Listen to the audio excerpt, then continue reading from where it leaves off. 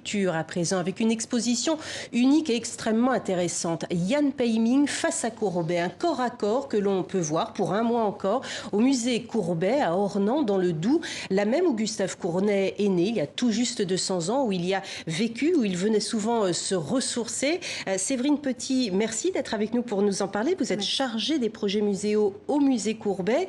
Expliquez-nous comment est née une telle idée, un tel corps à corps entre ces deux grands artistes, une cohabitation telle que l'a décrit Jan Peiming. Alors il faut savoir que Jan Peiming connaît depuis très longtemps Gustave Courbet. Il connaissait ses œuvres par les livres qui existaient en Chine lorsqu'il était enfant, jeune élève. Et lorsqu'il est arrivé en France en 1980, il s'est installé à Dijon, donc non loin de la Franche-Comté et du Doubs où habitait Courbet. Et il venait régulièrement à Ornans, dans l'ancien musée, puisqu'actuellement le musée est un musée rénové depuis 2011. Donc il venait régulièrement à Ornans pour s'imprégner du maître. Et alors vous lui avez proposé cette exposition aujourd'hui, un défi qu'il a relevé à certaines conditions? Oui, tout à fait. Alors c'est notre conservatrice Frédéric Thomas-Morin qui le connaissait déjà de longue date. Il y avait un respect mutuel et une amitié entre les deux. Ils se connaissaient depuis plusieurs années déjà. Et lorsque l'on a commencé à évoquer les célébrations du bicentenaire, puisqu'on est en 2019, c'est le bicentenaire de la naissance de Gustave Courbet, Frédéric Thomas-Morin a souhaité un projet qui soit ouvert sur les artistes, ouvert sur le monde d'aujourd'hui. Et c'est la raison pour laquelle elle en a parlé à Jan Peiming.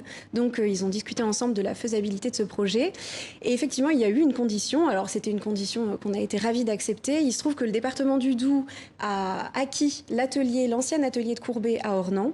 Et donc, la condition, c'était que Jan Peiming puisse y travailler en résidence pendant plusieurs semaines. Source d'inspiration des œuvres de Courbet qu'il maîtrisait, qu'il connaissait. Donc, on y voit confronter donc une dizaine d'œuvres de Gustave Courbet, une quinzaine de toiles monumentales de Jan Peiming. Alors, toutes celles qui sont exposées n'ont pas été réalisées spécifiquement pour cette exposition. Il y en a 4, je crois, qui l'ont été, mais à chaque fois, il a tenu à ce qu'il y ait une confrontation entre une œuvre de Courbet, son maître et lui-même. Oui, alors en réalité, il y en a un petit peu plus que 4. 4 ont été réalisés pour l'atelier, mais Jan Peiming est un artiste vivant et pour nous, ça a été aussi une nouvelle manière de travailler.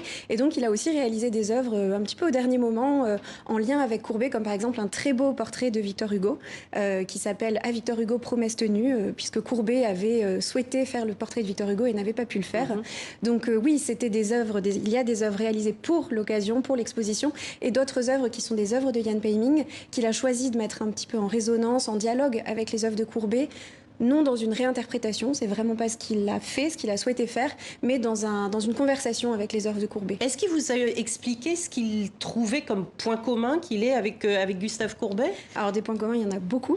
D'abord, il admire Courbet parce qu'il dit c'est un peintre pour les peintres, donc c'est un dialogue d'artistes, mais en termes de personnalité, on est dans des personnalités qui sont finalement très semblables. Jan Peiming, c'est quelqu'un de très touchant, de très abordable, qui garde un lien très fort avec les gens. Voilà, à Ornans, il allait régulièrement, enfin c'est pas un secret, il allait régulièrement au café d'en face, tout le monde pouvait lui parler, c'était vraiment de très beaux moments. Et Courbet avait aussi cet engagement auprès des gens. C'est quelqu'un qui, on le sait, à travers son engagement pour la commune, était ancré résolument à gauche, défendait des valeurs humanistes. C'est d'ailleurs pour ça qu'il était aussi connu jusqu'en Chine, d'ailleurs. Tout à fait, oui, tout à fait. C'était comme ça qu'il était connu en Chine à l'époque. Et Jan Peiming est également un peintre humaniste et quelqu'un qui s'intéresse aux gens. Alors, et c'est une exposition qui va jouer les prolongations au Petit Palais. Ce sera du 12 octobre au 19 janvier à Paris, au musée d'Orsay aussi, me disiez-vous, il y a quelques instants. Et d'ailleurs, cette exposition a été labellisée d'intérêt national par le ministère de la Culture. Bravo à vous, en tout cas, pour cette très belle initiative et cette très belle exposition. Donc, si vous allez dans le Doubs, ne la loupez pas.